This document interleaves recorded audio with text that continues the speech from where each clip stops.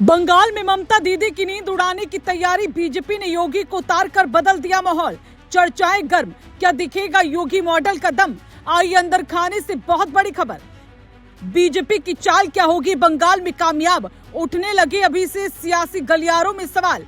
ममता के किले में अब भगवा पर होगा संग्राम, कसी बीजेपी ने कमर, किया ये बड़ा काम। कौन है वो बंगाल का योगी जिसको लेकर बीजेपी ने की है इस बार तैयारी बड़ी? क्या बदल जाएगा बंगाल में पूरा माहौल?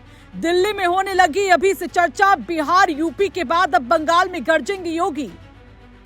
जब बदलती है चाल तो सियासत भी करवट लेती है, जब उतरता है सन्यासी मैदान में तो सत्ता भी कांपती है। ये सिर्फ चुनाव नहीं, ये विचारों की टक्कर है, जहां हर दाव में छिपी एक नई सियासत दस्तक देती है। ये बात इस खबर पर फिट बैठती है क्योंकि पश्चिम बंगाल की सियासत में इस वक्त जो हलचल है वो सामान्य नहीं है, क्योंकि इस बार मुकाबला सिर्फ नेताओं के बीच नहीं बल्कि सोच और रणनीति के बीच होता नजर आ रहा है। और इसी बीच बीजेपी ने ऐसा दांव चला है जिसने ममता बनर्जी के मजबूत किले में हलचल मचा दी। ये कोई साधारण उम्मीदवार नहीं बल्कि एक ऐसा चेहरा जिसे अब लोग बंगाल का योगी कहने लगे हैं। और यही वजह है कि इस एक फैसले ने पूरे राजनीतिक माहौल को अचानक गर्म कर दिया। दरअसल बीजेपी ने उत्तर दिनाजपुर की कालियागंज सीट से स्वामी ज्योतिरानंद उर्फ उत्पल महाराज को उम्मीदवार बनाया है। और यही वो फैसला जिसने सबसे ज्यादा चौंकाया, क्योंकि उत्पल महाराज कोई राजनीतिक परिवार से आने वाले नेता नहीं बल्कि भारत सेवाश्रम संघ के एक बड़े सन्यासी रहे। लेकिन जैसे ही इन्होंने राजनीति में कदम रखा, संगठन ने उन्हें बाहर का रास्ता दिखा दिया। यानी एक तरफ सन्यास की मर्यादा और दूसरी तरफ सियासत की जरूरत, और इसी टकराव ने इस कहानी को और ज्यादा सुर्खियों में ला दिया। उत्पल महाराज की पहचान सिर्फ एक सन्यासी तक सीमित नहीं रही, बल्कि उन्होंने वर्षों तक समाज सेवा के जरिए लोगों के बीच अपनी पकड़ बनाई है। उनका जन्म दक्षिण दिनाजपुर में हुआ और कम उम्र में ही उन्होंने सन्यास का रास्ता चुन लिया।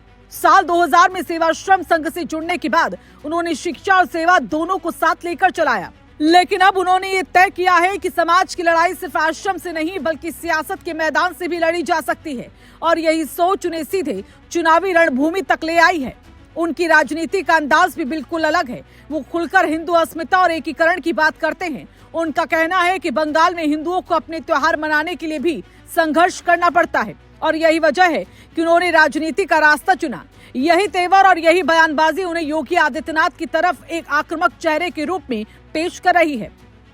और बीजेपी भी इसी छवि को आगे बढ़ाने की कोशिश कर रही है ताकि बंगाल में एक नया सियासी नैरेटिव तैयार किया जा सके। बीजेपी का ये दाव इसलिए भी खास है क्योंकि पार्टी ने पारंपरिक नेताओं से हटकर एक आध्यात्मिक चेहरे पर भरोसा जताया है।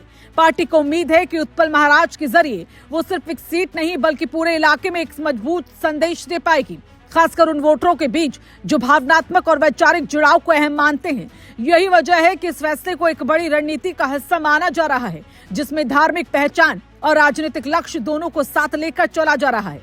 लेकिन इस कहानी का दूसरा पहलू भी उतना ही अहम है, क्योंकि भारत सेवाश्रम संघ ने साफ कर दिया कि उनका कोई भी सदस्य राजनीति में हिस्सा नहीं ले सकता। संगठन ने उत्पल महाराज को बाहर करते हुए इसे राजनीति का जाल बताया। वहीं उत्पल महाराज का कहना है कि उन्होंने पहले ही इस्तीफा दे दिया था और अब राजनीति के जरिए समाज सेवा करना चाहते हैं। यानी यहाँ सीधा टकराव है परंपरा और परिवर्तन का, और यही टकराव इस चुनाव को और ज्यादा दिलचस्प बना रहा है। अब सवाल यही है कि क्या बीजेपी का ये प्रयोग बंगाल में सफल होगा, क्योंकि यहाँ की राजनीति हमेशा से अलग रही है और हर दाव यहाँ कामयाब नहीं होता। लेकिन इतना जरूर है कि इस बार मुकाबला सिर्फ सीटों का नहीं बल्कि प्रभाव का भी बन चुका है, और इसी वजह से बंगाल से लेकर दिल्ली तक इस फैसले की चर्चा तेज हो गई है।